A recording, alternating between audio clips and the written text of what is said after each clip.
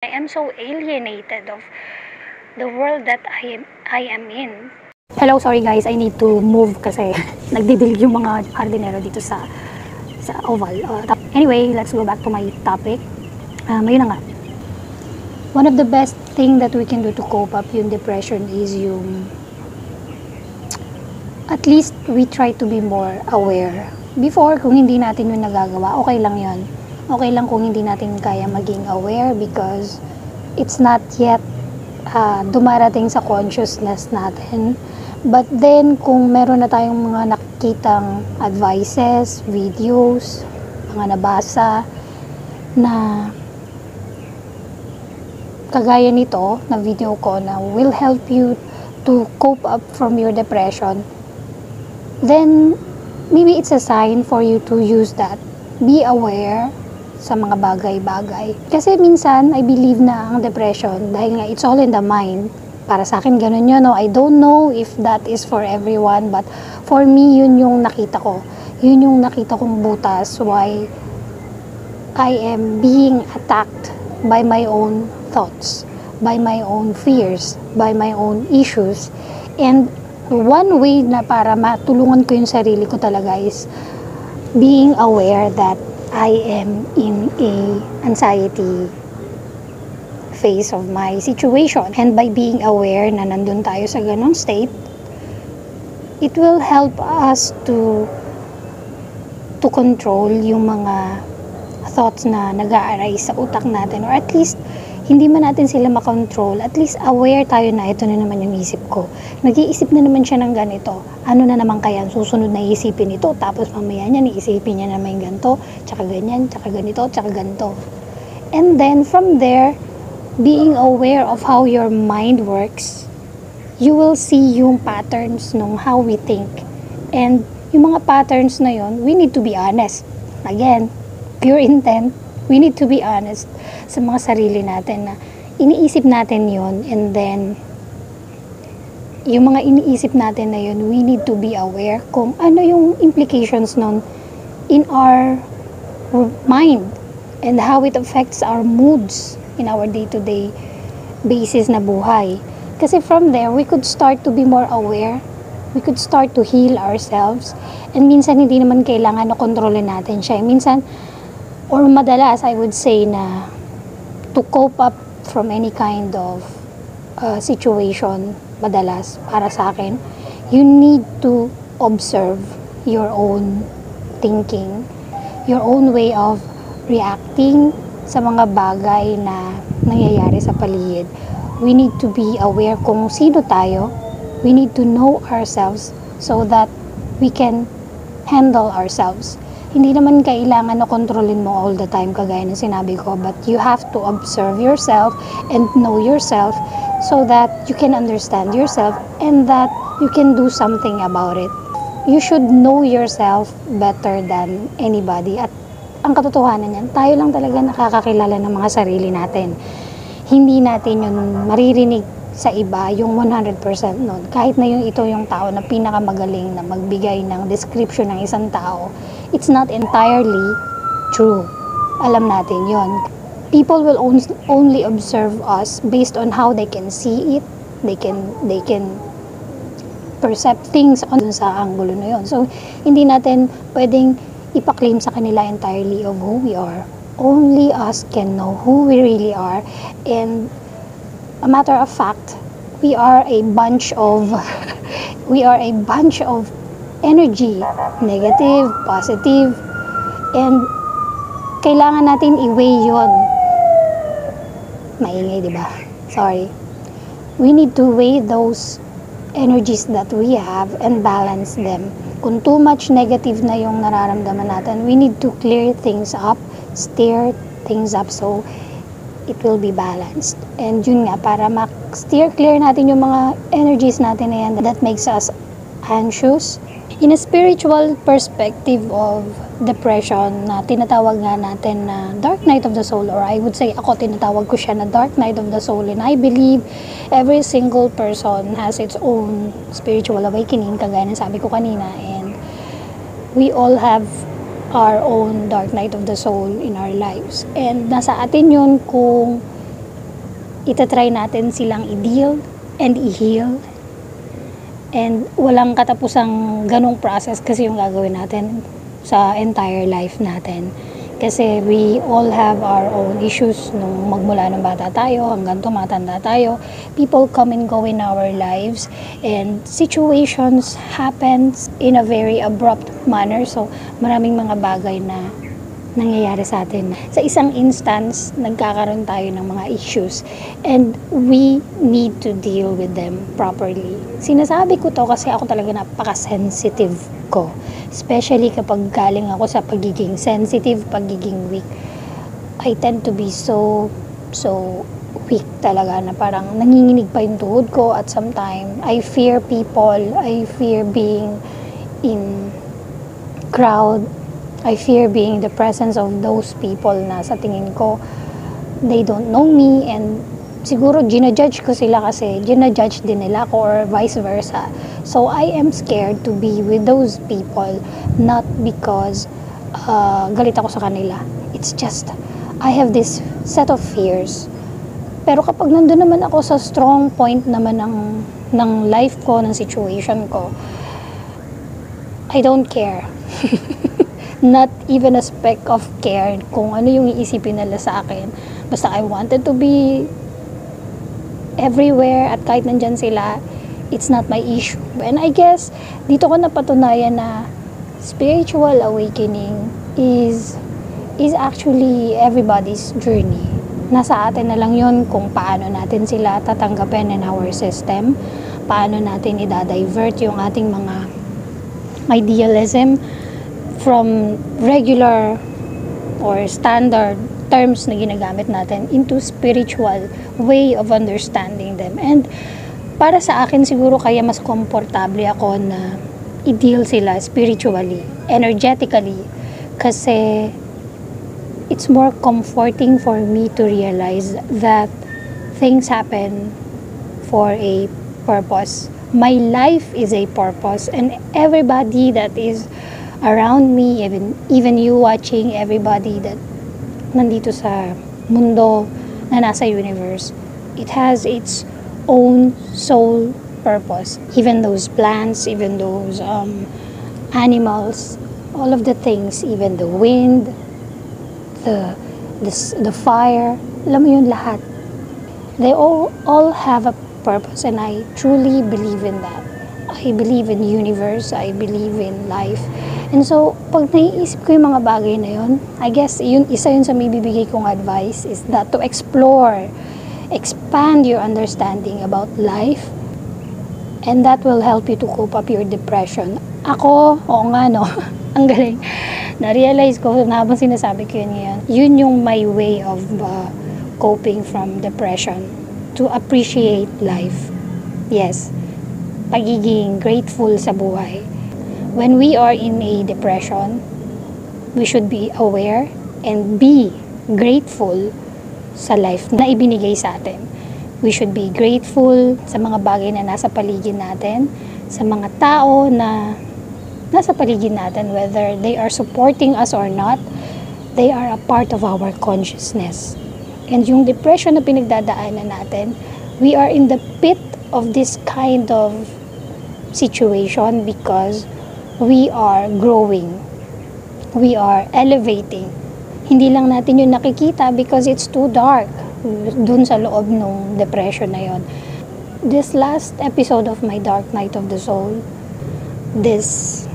itong last time, the reason why I'm not making videos for like hindi pala 6 months kundi 9 months is that while I was in that depression, iba na siya dun sa depression na na-experience ko from way back 5 years ago. Tama ba?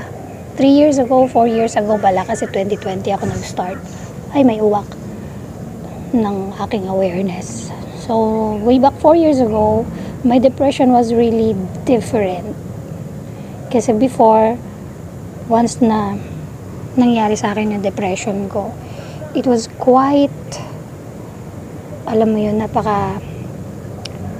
paano ko ba i-describe? Kasi parang, it felt like I wanted to die. Seriously. it felt like there's no one for me, with me, for me, na sinabi ko na kanina, for me, no? So parang I felt really alone, and it's very sad. I felt like parang nobody could understand me, nobody wants to be with me. Parang ganon, parang everything that is happening around me is not for me. And it felt like I am an alien. I am so alienated of the world that I am in. Parang question mark pa sa akin na bakit ba ako nabuhay? Parang I don't seem to relate sa anong meron sa earth. And then ganun ako before, but lately itong experience ko sa aking dark night, it's more on parang nasa front lang yung pain. Alam mo yun, na kasi alam mo sa likuran nun, matibay na yung foundation mo, na you know what is life, you know how important you are, you know that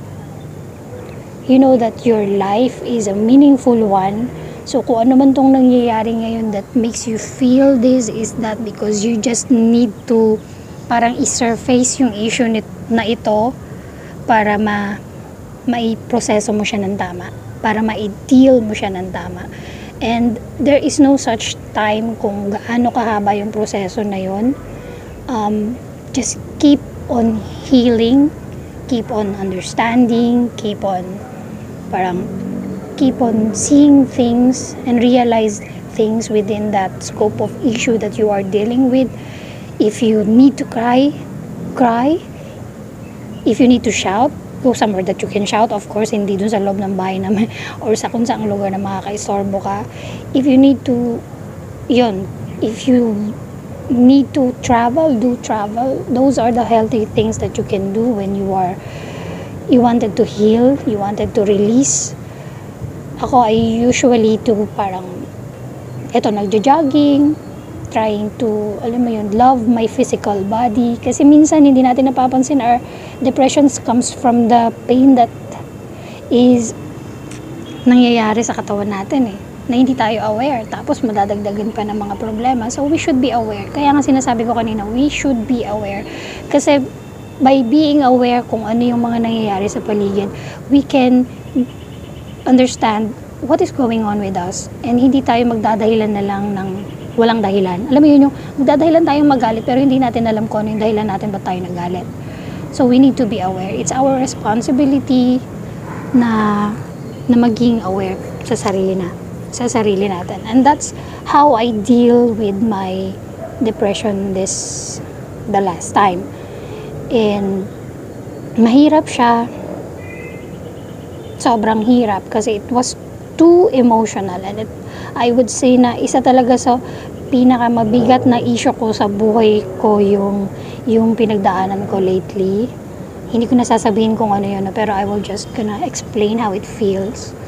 Na yung pinagdaanan ko lately is parang it's a lifelong, kasing haba ng buhay ko yung issue ko na to, halos.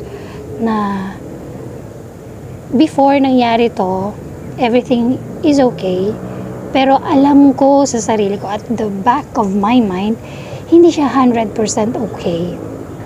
Alam ko na somehow, being an empath and having an intuition, I know that this time will come.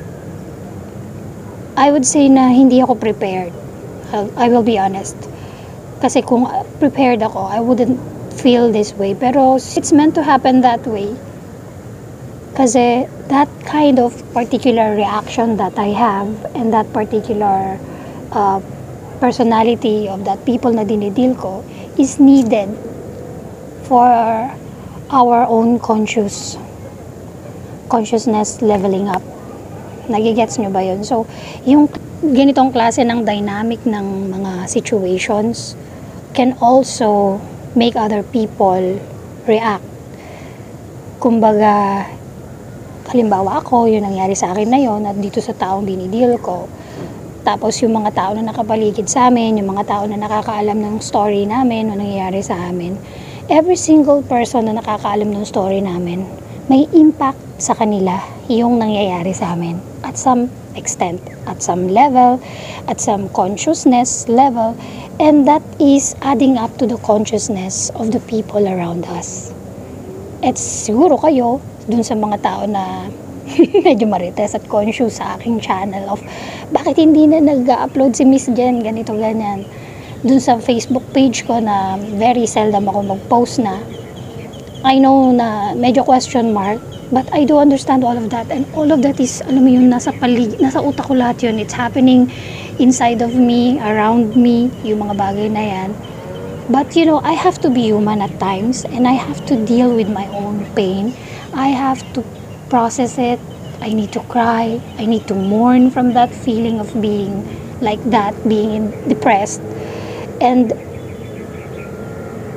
what I found out is, kagaya pa rin ng dati, kagaya ng mga ibang lagi kong sinasabi, that you always need to love yourself at the end of it.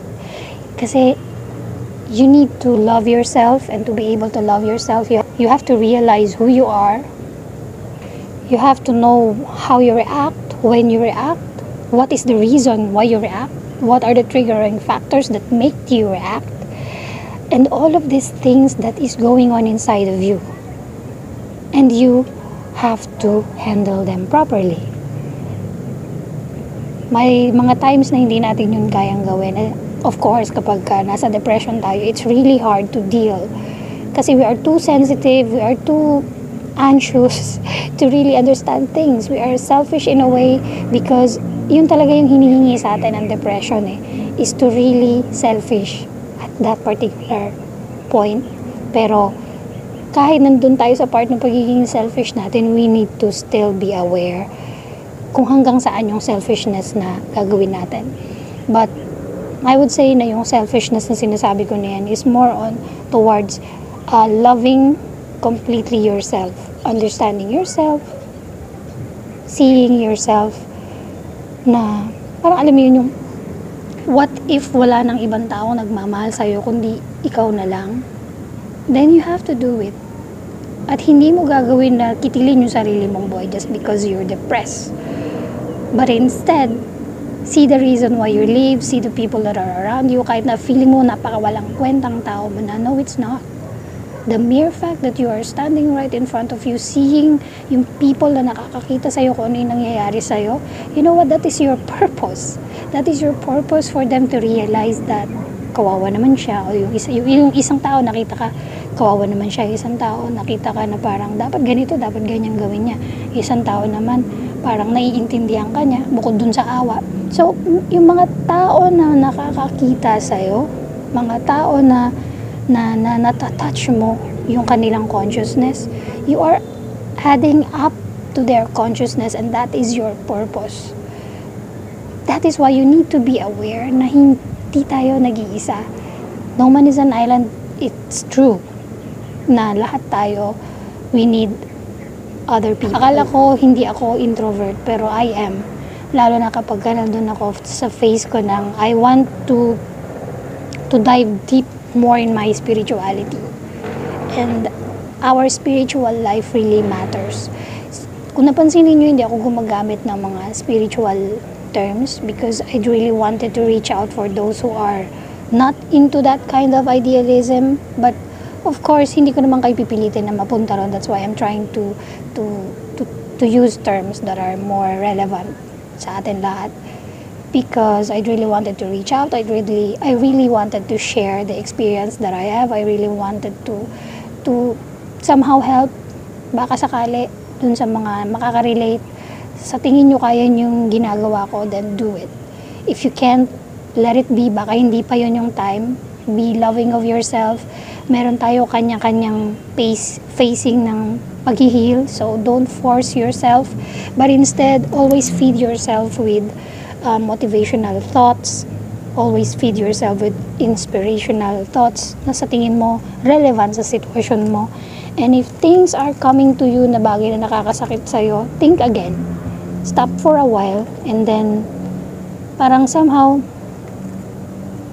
tap yourself at tarmin yung sarili mo na, hey, bakit lagi mo sinasaktan yung sarili mo? 'Di ba? Bakit lagi mong hinahayaan na masasaktan ka ng ibang tao? At bakit mo iniisip na sinasaktan ka nila? Kasi most of the time, kasi nga, ang depression is all in the mind. So it means na akala mo sinasaktan ka ng ibang tao dun sa mga sinasabi nila. But the truth is, you are interpreting other people's word negatively. That's why, pag pumasok sila sa utak mo, it felt so negative. So tayo lang yung gumawa nun sa sarili natin. Well, although other people really does wanted to hurt us or parang wala silang pakialam, salita lang sila ng kung ano-anong akala nila, magaling na sila and all, parang ganun yung nasa utak natin. So, let them be. That's who they are. That is their phase of their life, of being there, being annoying. And you should appreciate them. Why? Because they are teaching you to be more patient. Alam mo yun, yung ganun sana tayo mag-isip. But I know it's not easy. Minsan hindi nga natin alam kung paano natin i-divert yung actual na nangyayari into positive one. Kasi hindi naman talaga ganun. But, kaya nga you need to listen to listen to motivational, inspirational, sa lahat ng mga ganitong klase ng talks that will give you ideas para matutunan mong i-divert yung attention mo over your alam mo yun, sa mga kung ano-anong mga kanegahan na tumatakbo sa isip mo. I know my video had been going on ng mahaba, but I really do wanted to share my experience and to help other people by means of my talks, by means of my understanding, my ideas, in the way I can understand it. Pasensya na kayo kung medyo magulo yung video ko, hindi siya talaga concise ngayon kasi nga parang on the spot lang din talaga. At saka nadidistract din talaga ako, honestly. But it's okay lang naman din dahil I really love, nakita nyo naman first time ko na mag-film outdoor. Lagi akong nasa bahay. I really wanted to try to do this matagal na. And this is the only chance na nagawa ko siya. Medyo nahihiya ako sa mga tao sa paligid. And natural lang naman siguro yun. Lalo na kung maririnig nila yung pinagsasasabi ko. Lalo na siguro kung medyo mas malalim pa yung mga topics ko. Again, before I leave you guys, kamusta ang araw sa likuran ko? I really love the sun, the moon, kaya I really wanted to be out in nature, making videos for you, but hindi ko nagagawa kapag umaakit ako ng mga bundok because may mga kasama ako. Anyways, ayun na nga. Before I leave, as I always say, to take things gracefully. Love and light, everyone. Bye. I love you.